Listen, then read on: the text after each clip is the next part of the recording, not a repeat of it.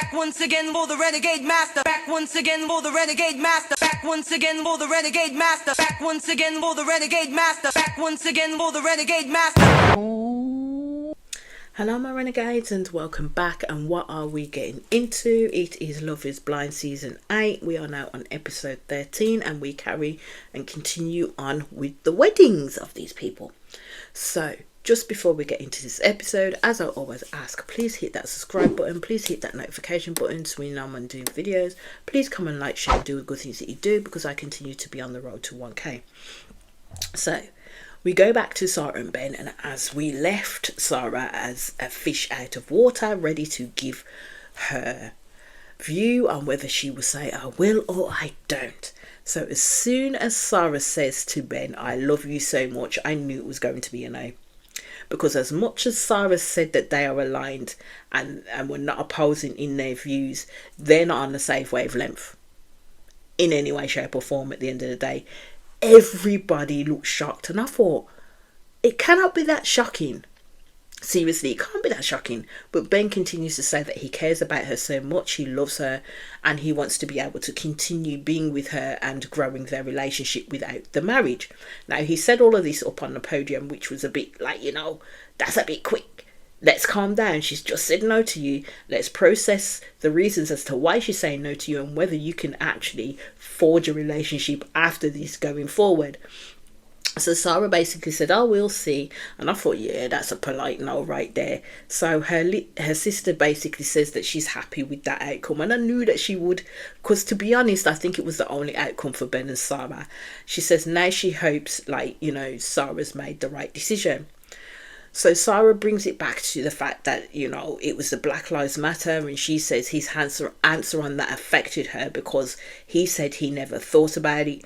But my thing is, she based some of her no on that, but not fully on that, because she only spoke about that once. Let's not get it twisted. She only spoke about Black Lives Matter once, especially in regards to what happened to George Floyd, because they're living in the same city and state as to what that happened to. She still, because after that she still went ahead with everything, even though she says what Ben said affected her. That's why I'm saying, in my opinion, Sarah was performative, as not once did that conversation come up, as I said, we saw happen again. And it was just about the LGBTQIA community due to her sister and the church. So I'm kind of struggling how now the Black Lives Matter situation in his response made the cut, when it was literally just that we've seen her having that conversation with him in the pods.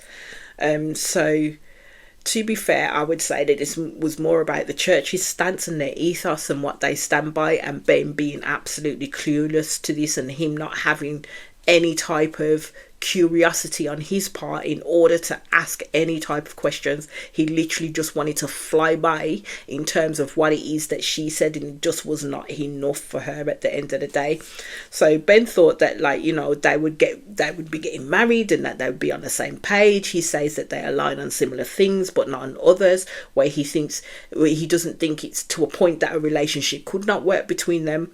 I mean, to be fair, they are big fundamentals, mate, that they didn't align on, to be honest with you. So I don't know how he thought a relationship or marriage could work based on the fundamental values and principles that they don't align on, because he has no voice on it. He doesn't produce a voice on it. So again, it's all about that, the fact that it doesn't impact Ben at the end of the day. So Ben truly says he has no idea why Sarah didn't say yes. So basically, Sarah is not looking, as she said at this point, to date Ben. As for her, he and her was not a good fit. I don't think Ben will truly get that, but it is a bit of a punch in the gut to go all this way, even down to the final night, and then on that day be like, nope, your values don't align with mine, or you kind of stick your head in the sand, when you knew what he was about from the pods. So in essence, it makes no sense to me, literally made no sense why she went that far with him, to be honest with you. So Monica and Joey's wedding we get to, I believed already that Joe will be the one to say no. I said if Joey says no, it would devastate Monica, as Monica currently was portraying herself as those who was all in, and it was more so Joey that wasn't fully in. So her mum is saying it's hard. She's saying to her mum, it's hard to trust in Joey's words as she doesn't see his emotions behind it. And I'm kind of like, okay, so you're having these skeptical views right about now. So why are you getting married to him? Is my thought at the end of the day. As I think that's just how Joey is. It doesn't mean he doesn't have feelings, but I kind of get what Monica is saying sometimes, because I don't think she truly wants to see it, because Joey truly does not have those feelings for her, especially around feelings of either romance or romantic or love. At the end of the day, I think their relationship was more based around being best friends. So Joey's people do tell him that in Monica he has found someone who can see him and love every portion of who he is. But does that make Joey see, like, you know, exactly what it is that Monica is bringing forward? Because it's not going to change his feelings on how he feels about her. That's the question at the end of the day. He does have sincere worries in regards to Monica's sister and what that means, but there's certain situations that people go into where family members ain't going to like, and at the end of the day, you're not marrying her sister, you're marrying Monica. So that's where you have to put your all into. If her sister doesn't necessarily like you in that sense, that's really a matter for discussion afterwards. Like, if you genuinely really see or envision yourself marrying this woman for hell or high water, you are not going to let the sister's issues come and impact you and that person you're wanting to get married to. But Joey's going to let that impact, because at the end of the day, it's a little bit of a, I would say, a blind part, so he doesn't have to accept responsibility in regards to the fact that he has no feelings for Monica in that sense at the end of the day. So we'll see how that goes. So it goes to Monica's sister, and she talks about how Joey has grown on her and that he does have good intentions, but she still questions whether Monica can actually read people, because she keeps on harping on about the fact that Monica's brought home questionable people, but that was 15 years ago when she was in high school. And I think there's times where her sister needs to back off a little bit and let Monica do what it is that she wants to do and make her own decisions around that. So you see Monica's friend provides words of affirmation to Monica and basically says, like, you know, how proud she is of her and the work she's done to get to the point that she's at. And I'm like, why can't her sister be that voice for Monica? Instead, she just concentrates on the full-on negatives, which then Monica does, like, you know, too, by talking about how she has held herself back, as she doesn't feel like she has got 100% from Joey. And this is the vein of the conversation as they're getting ready for this wedding, whereas people will try and put positives in terms of asking Monica questions, and all Monica can meet it with is a negative in regards to Joey. And again, I would question, why is she going to go through this path and marry this guy, or potentially marry this guy, when there's so many negatives in play? Because you already know what her answer is in regards to that. Then we get to the wedding itself, and Joey has a magnificent entrance where he literally gets on his board and skates down to the podium itself, and then in comes Monica. It's her mum and dad who walk her down the aisle. First look was, he smiled, and Monica just kept on smiling widely because I believe that she was nervous.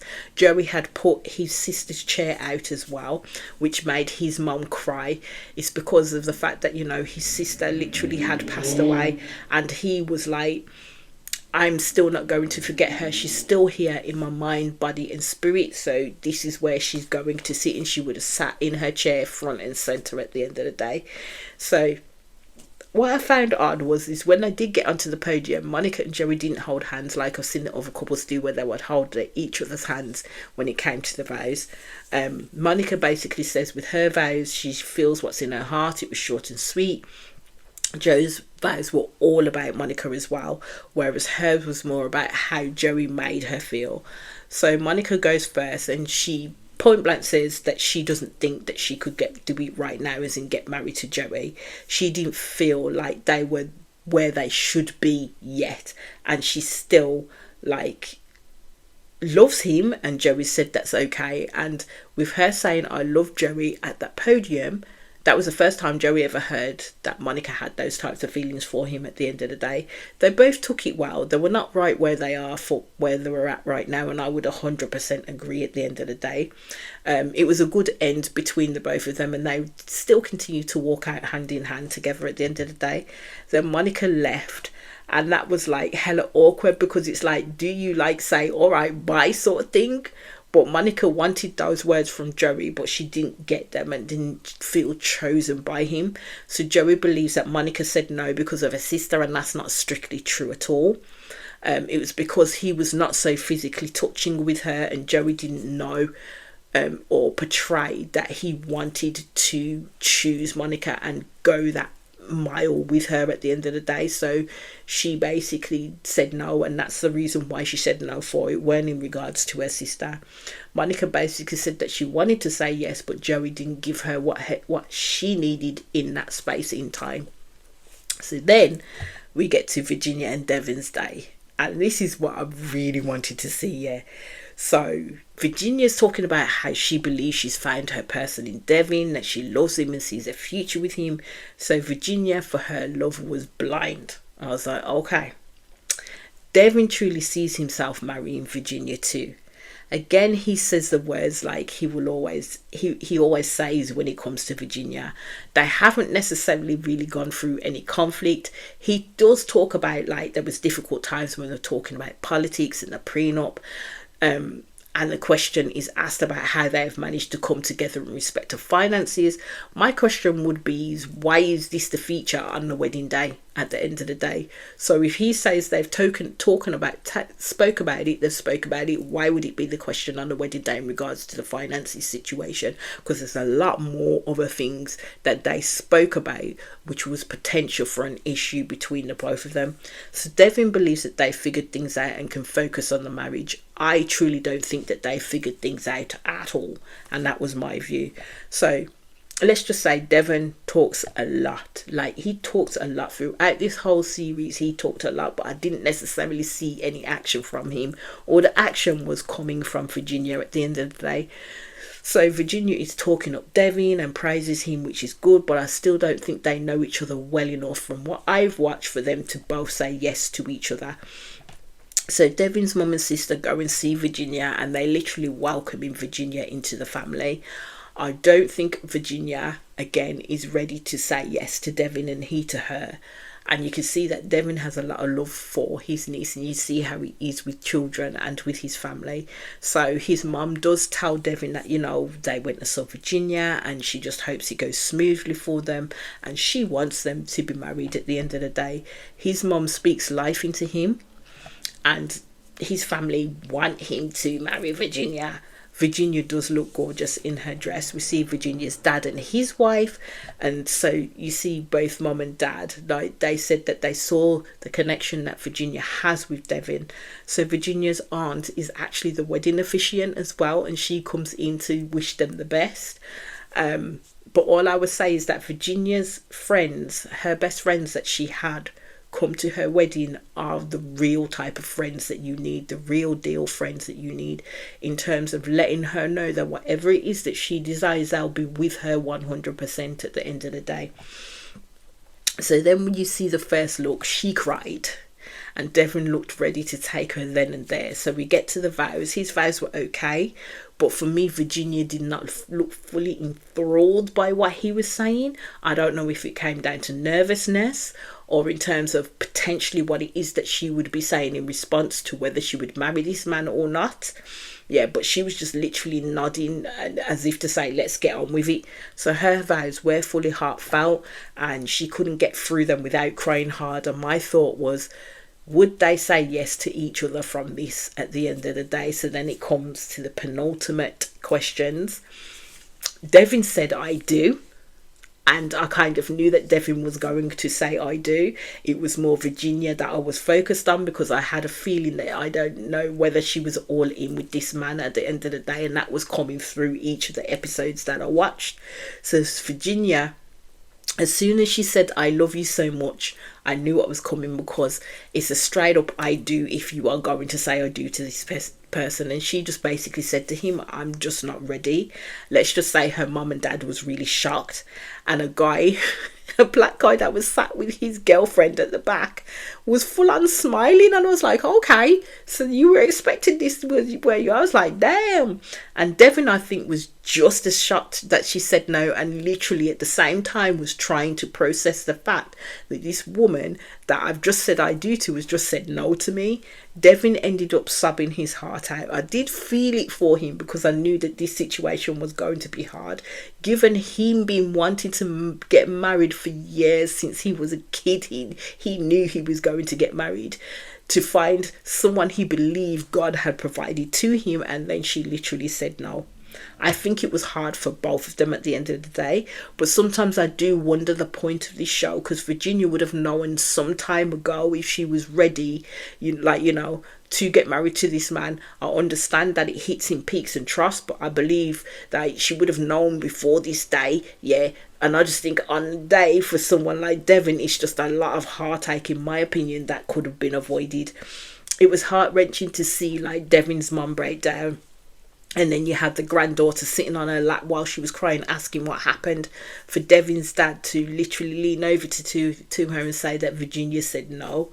You see Devin's sister going off on one, in terms of, why do girls do this? Why do they do this situation? And I'm thinking, you got to dial that back, my love. You got to dial that back, because Virginia is not a bad person in saying no right about now, to be honest with you. As she literally said she was not ready, because at the end of the day, as it comes out in the reunion, there are some situations that we were not privy to that literally played into the choices of Virginia at the end of the day.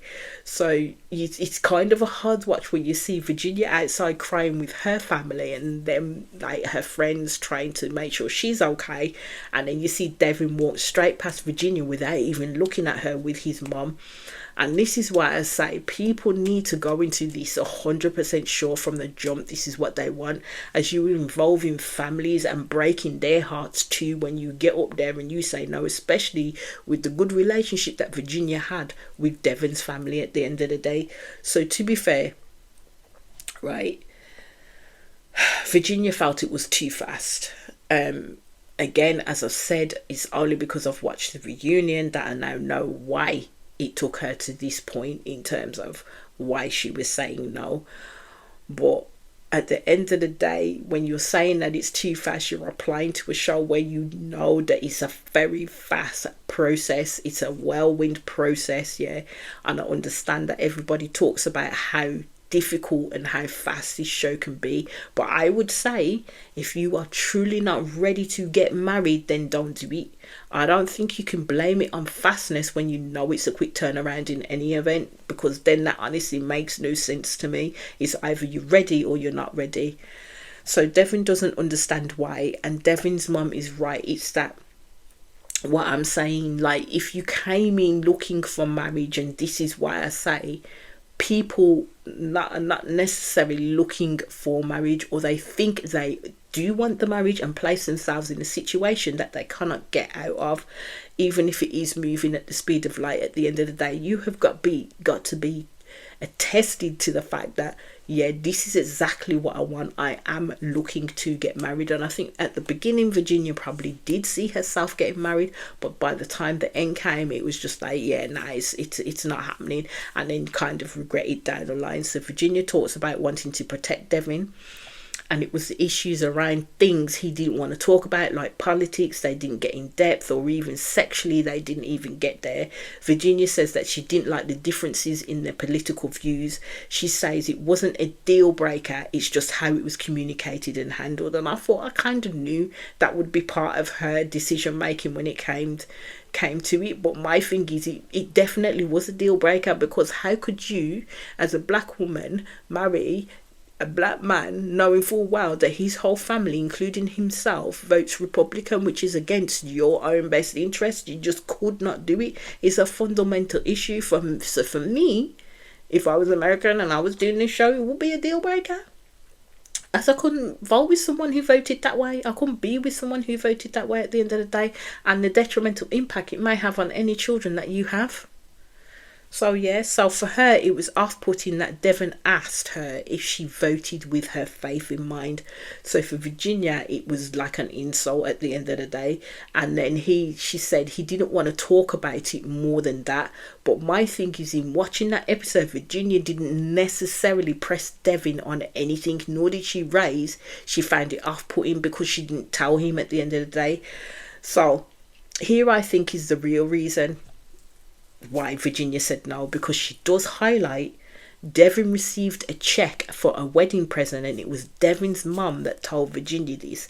And Devon, throughout that time, before they even got to the wedding, didn't tell Virginia that he had this money at the end of the day. And I was like, well, damn, Devon, what did he really expect at this point? Because he set a precedent for Virginia's view of him, because by the time of the wedding came around, you still hadn't told this girl that his mum's boss has provided them with $1,000 check towards their wedding, and you felt that at that point in time that was not important enough to tell Virginia. Would feed into mistrust at the end of the day, because what the fuck did you do with the money? So we get to Tyler and Daniel's wedding, and it has been the one I wanted to see, because I truly believed in these two. They were there to take on board fully the experience, as they truly wanted to get married. So before they go in, Tyler wrote him a letter. As I said, I do like Tyler. They have not slept with each other, or they decided to wait until marriage. And Daniel also sent Tyler a letter too, and the bracelet she made for him when they were in the pods as well. And I note that none of the other couples actually did that for their respective others. Like, not at all, to put their mind at ease. So the atmosphere for me just felt different between these two at the end of the day. Tyler looked absolutely beautiful and Daniel looked handsome, and his sister can sing. She played the piano and sang beautifully. You could see the love coming from them both, especially when she got up to that podium. Their vows were so heartfelt, and Daniel did kind of go a script. He was so nervous, and it was cute. Tyler's vows were beautiful and sweet, and we got to see Tyler in that moment, and she came into her own, and they both said I do, and I knew that was going to happen, because they were ready for this. They were absolutely ready for this. So we have Mr. and Mrs. Hastings, and I'm so happy for them. So it does kind of swing back to all the other couples that didn't get their happy ending. So we swing it back to Joey, and he says he doesn't have any specific ideas in his mind to seek out Monica, as it was not his intention to date through this show basically, but he is grateful to Monica and the experiences that he had with her. Monica says she does not know where they go from here, and I think, as Joey has already shared, he isn't looking to date Monica, because that's not what he's entered the show for. That he's not going to even consider being in a relationship with Monica in that sense. I think it will be more around friendship for them both. You see Ben, and he talks about how he still loves Sarah and he still believes love is blind. Sarah says you can't date someone for their potential, as they may never reach their potential, and I don't think they ever will reach his potential at the end of the day. Not that I saw potential in Ben, to be honest with you. She continues to believe that love is blind, and in choosing people for how they make you feel. Devin still believes love is blind, as he felt that love for Virginia. He still cares about Virginia and loves her. He cannot imagine a life that doesn't have her in it. Virginia says that she feels bad that Devin couldn't count on her today, and she does get very upset by this.